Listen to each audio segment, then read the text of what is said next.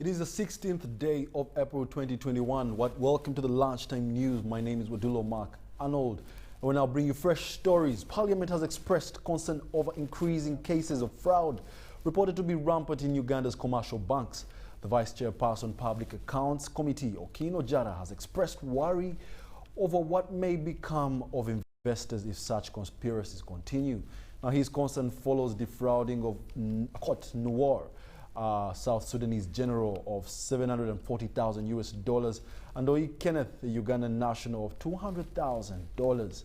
It is a follow-up to a matter of national importance that he raised on the floor on Thursday afternoon, attracting assurance from relevant ministers. And these are the details.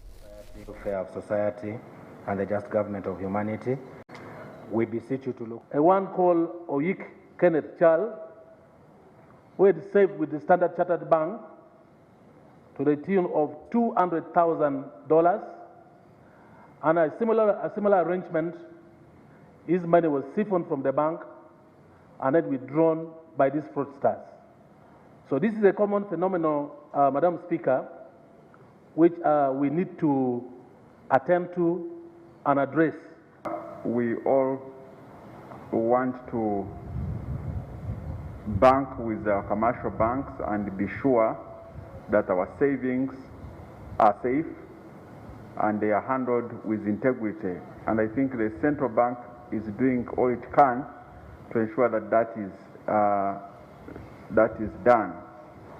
These specific cases, Madam Speaker, I think can be handled if we got more information about which commercial bank, who was affected, and then see what were the details of the case. I would like to inform him that on the three cases that he has mentioned, particularly involving the South Sudanese, the Eritrean, and I don't remember the third one, I would like to inform you that the Department of Criminal Investigations did undertake investigations in all the three cases. I think in one of them, if I remember correctly, prosecution was undertaken. But I do not have the specific details. But I do recollect all the three cases have been investigated and specific actions have been taken. Look at the Anti-Money Laundering Act, which is amended 2017, Section 8 and 9 stipulates very, very clearly the responsibility of banks, especially commercial banks and central bank. Now, whenever you have got your saving and they want to, something has happened in your account, the first priority that the banks and the central bank is supposed to do is to inform the customer. But in this case of Oyik Charles Kenneth, they never informed him. He was not even aware of this transaction that took place. So they decided just to handle this account without his knowledge until they siphon the money. As I said,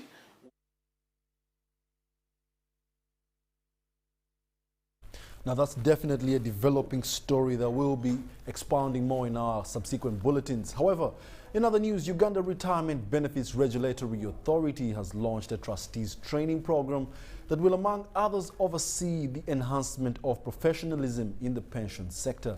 Martin Subuga, the Chief Executive Officer of UBRA, says that the program that will be run in partnership with Insurance Training College has been long overdue, considering the developments in the sector as well as its overriding demands.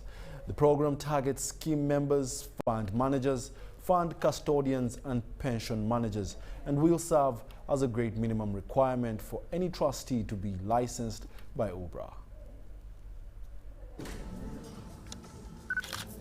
In addition, this is the manual, the training manual.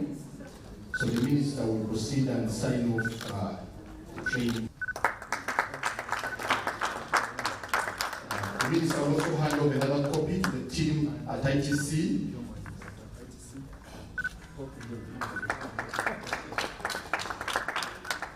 The Honorable Minister will now hand over certificates of us to our certified trainers who are here this morning, to Omiel.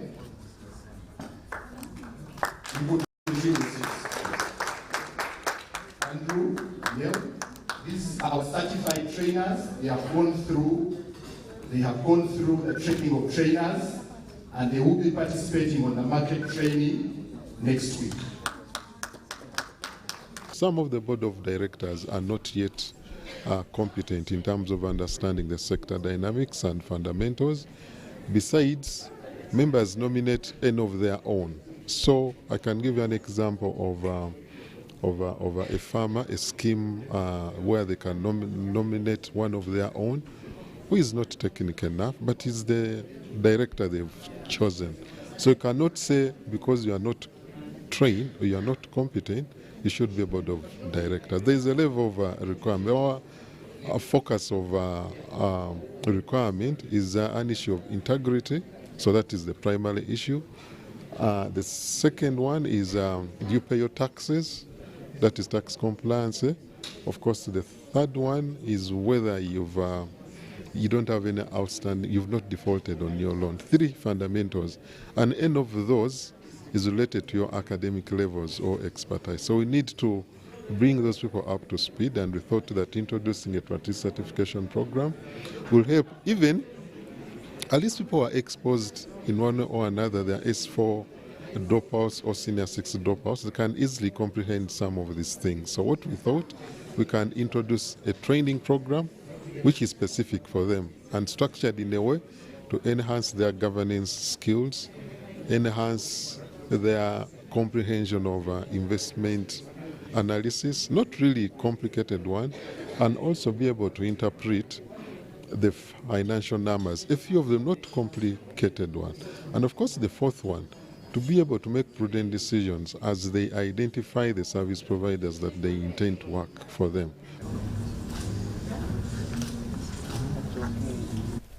Furthermore, the skyrocketing road carnage in Chiringate sub-county in Mpigi district is along Kampala-Masaka highway is raising concerns from the community members who have lost the lives of their relatives along the unattended 2 hotspots by UNRA at Chiringate. They are now demanding for the humps to be mounted in the blank spots that have turned into death traps for their lives after claiming more than 10 people within 2 months.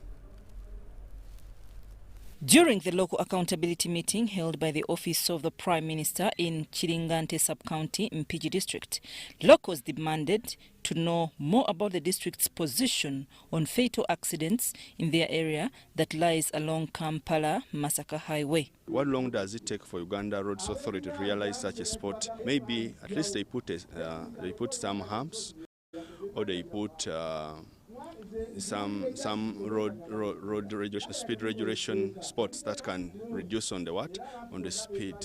Recently, one of the police officers became a victim of these accidents. He has ended up causing an accident with a snow truck car that he somersaulted, that he got as he was coming from a road to Friends Academy. These accidents have not spared the local residents here, including pupils, students and teachers who go for lessons during morning rush hour.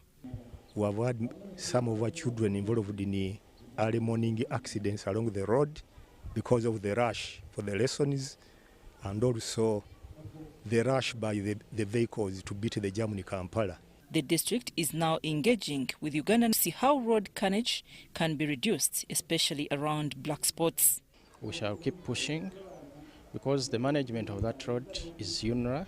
We can't do much as a district, so we shall keep engaging our colleagues in UNRA so that at least the best can be done along that stretch. Minister of State for Karamoja Affairs Moses Chizige assures the locals that their matter will be addressed in cabinet. If they've written to UNRA, what has UNRA done about it? What decision have they taken? Then we shall write back to the district and let them know whatever decision will have been taken. If it requires government cabinet intervention, we shall discuss it at that level and then take a decision and communicate it to UNRA and the district. Meanwhile, the local residents are also irked by poor and substandard roadworks of community access roads. Enima yazo kisoka mfu bakola grading bayisa mbisa fufukula naka sente ntini so ntukiriza nti weziba nti ekyokubi n'epima kilomita tojja gimanya. For example, you may be grading, putting in culverts, graveling. So as you compare the activities to be done, then they give you the right figure to give the audience. Otherwise, you can't just give a blanket figure that I use 1 million for this. Yeah.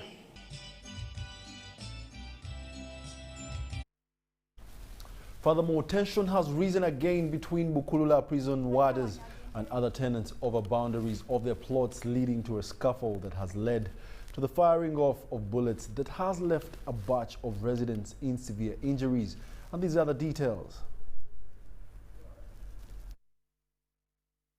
Tawanyagenderi katomusiro kwe kunkuba wano bwati era wano wadde muva musa enyindo yonna yayabise eno munda waliyo mawa mwe lwaki mukuba abantu babaleta kasiba nakuba bantu n'amajambi yagala kubatambula. According to residents, the officer in charge of prisons, Stephen Abala, together with a gang of prisoners, attacked Paul Mwanje's residence, cut down crops in his garden, and spraying herbicides on growing beans and maize, while Mwanje tried to raise his voice on what should be the cause. Abala ordered prisoners to beat all family members up, including a one Agnes Nabulia, who is pregnant, and others. When neighbors stepped up for rescue, Abala responded by firing off bullets. Many here escaped death narrowly. Nga munemugamba naye kati biki byokola kale oba wazize kutta kuba nga bwakola kibwali kwaze mukato kuba oli kubanza yokumpi abidde nga bajja n'abasibe bazze n'abasibe 300 kati abasibe 6 ne bankwata olwokuba mbadde ensimba ebitu kasina wennerwanya kati abaana bajja tata mutwala. Obtained information indicates that Mwanje and the brothers inherited this land from their father and their mother, who was buried on the same land in 1983 before proposals of having a prison in Bukulula. Mwanje also holds documents showing that he formalized his tenancy with Buganda Land Board. The fragile situation triggered an impromptu visit of the Budu County Chief Abdallah Kato to the controversial piece of land, together with Lilian Namuli, the Giso for Bukulula Sub-County, policemen, and Abala himself to inspect the boundaries. For a prisoner to come and I live with my staff. I live with my staff. The Matafari has no problem. We are also utilizing. I'm telling you, you cause problems to yourself. Prisoners to come and guard. That one there's no problem. It is my make sure we also secure the what? Really? Really? Yes, is it in order the prisoners to come and guard? To guard the government garden. What? To what extent? A prison policy. Is it in order for a prisoner woman? Residents still express fear of using prisoners as security guard in the garden, which could give them opportunity of committing other crimes in the community. Abala said that whatever he does is derived from orders of his commanders. However, he was quick to say that the shooting was aimed at scaring away residents that had turned violent. Nimbagamba bana abantu obwakabaka bututume entakira munoonye oluwalo muleta amakulu omage twali akabaka tukajja mu bana abantu amakulu agava mu mmere gye balima wano twali tugenzeko ku prison wali tunayo wadde kiti kya. Furthermore, a two-day meeting to evaluate security sector gains in Somalia has ended in Mogadishu, with the African Union mission in Somalia and the Somali National Army agreeing on strategies for Somalia to take a lead role in security operations going forward. Attending the meeting were representatives from the federal government of Somalia, military commanders from the Somali National Army and AMISOM, as well as officials from the United Nations Support Office in Somalia, the UK Mission Support Team, and several of Somalia's international partners. As our reporter Helen Gizamba reports via Politicum link-up via the capital, Kampala, the conference marks an important milestone in the roadmap towards peace and stability in Somalia, where Somalia security forces are to assume a lead role in their own security operations. The Somali Transition Plan is a key deliverable in the AMISOM mandate agreed upon in December 2017, when the federal government of Somalia and the international community agreed on a conditions-based transition plan to enable Somalia to assume full responsibility for its security. held under the theme Joint Planning and Coordination with a Harmonized Plan for a Timely and Effective Implementation of the AMISOM mandate. The conference evaluated progress on the implementation of the AMISOM concept of operations 2018-2021. Closing the conference, having deliberated and had a common understanding on the harmonized plan, I urge all the sectors to embark on its implementation along with the AMISOM mandate. You have to establish as soon as possible AMISOM SNA joint planning and coordination cells within your sectors and ensure they are fully operational. Discussed in the harmonization of military operations and plans and joint planning and coordination, the revised STP 2021 and the United Nations Security Council Resolution 2568.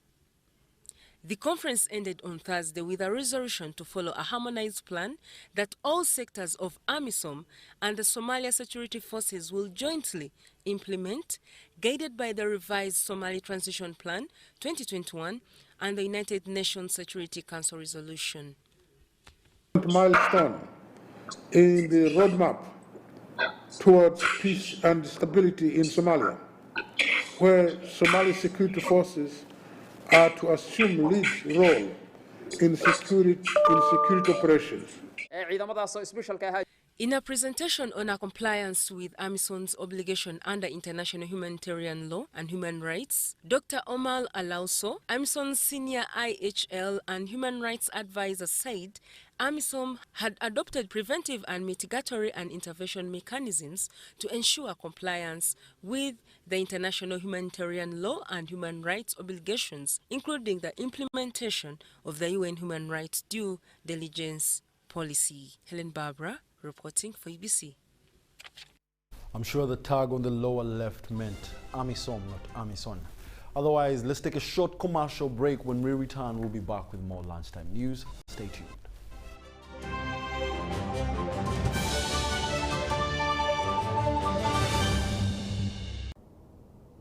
The day the world stopped was the day we found where to go.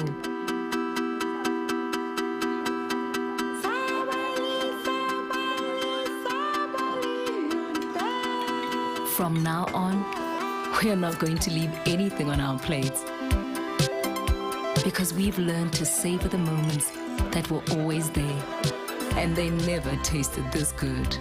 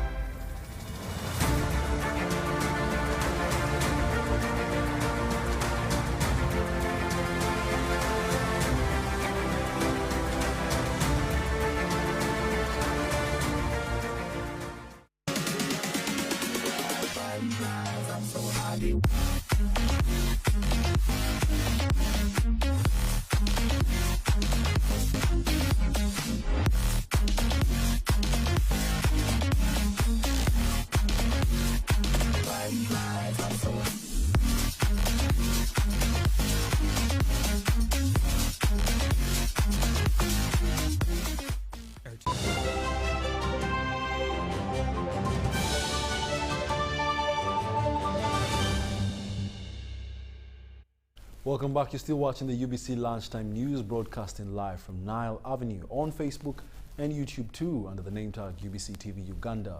We now proceed with more news. European Union is financing a project in the dry cattle corridors of Uganda, with the aim of mitigating ways of curbing down the long drought spells with the target of improving milk and beef production.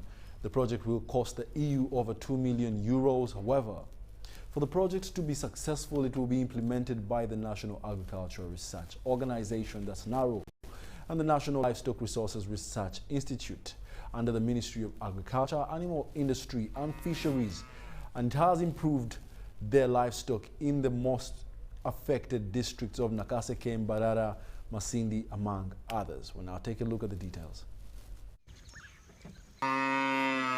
Longer drought spells have been a great hindrance to farming and cattle rearing activities within the cattle corridor districts of Uganda. This has led to the disappearance of different types of cattle grass feed diets that account for the bulk of beef production and milk. To bring an end to this problem, the National Livestock Resources Research Institute partnered with the European Union to devise means of dealing with the longer drought spells in the cattle corridors of Uganda. A project dubbed Mobiprawum was launched to provide water sources and pasture to these farmers and herdsmen. With this project in place as a mitigation measure, cattle keepers now can have relief. It has been on for some time now, and dairy productions have improved despite of the long drought. Face any problems, any challenges regarding feeding my animals. All year through, I do that, and there is some improvement in production, effectiveness in feeding. We used to lose some kids and then animals that were breastfeeding, but at the moment, we no longer receive such. Habwomezi habwokuba ito tutunga obuzibu amaano mu kyanda oba otayina singe ente zawo nizoka kubi tizikukamwa na mata mbaitu mbaile kurungi. At Fred Matovu's farm in Bamugolode Parish, Kalongo Sub-County, Nakasongola District, and other farms in the cattle corridors of Masindi, farmers say they have so far planted hundreds of acres of pasture that have enabled them to ensure constant grass feeds to their animals throughout the drought. Of growing the crops, then making silage and hay, it helps us more. The benefits of this project can be told with the farm milk production and weight gains of the animals. In dry seasons, we used to make losses, cows dying, then the milk production going down. Since we got this project, at least our farm has changed in production. Dan Batanda, the Central Cattle Corridor Coordinator for Agriculture, Environment and Ecosystems, Agrinis, alongside market-oriented and environmentally sustainable beef meat industry in Uganda, says pasture growing has greatly helped farmers. Of establishing these pasture gardens in the different districts in this cattle corridor have already registered some positive benefits so far. The beef production have increased. This tour, I have seen that our farmers have really achieved a lot. Someone tells you before this project, the weight of the cow was really so low. But when this project came up, the weight has really increased. Even we have increased in the amounts of milk. Farmers, however, still have other challenges that need attention too and call for more government intervention. The market is around, but the problem is the prices are still down. Ivan Juko, UBC TV. If I was definitely a cow, such grass, healthy grass I must say, would make me salivate. Otherwise, thank you for joining us for the Lunchtime News. My name is Wadulo Mark Arnold, this 16th day of April 2021. Stay tuned for more news in our subsequent bulletins.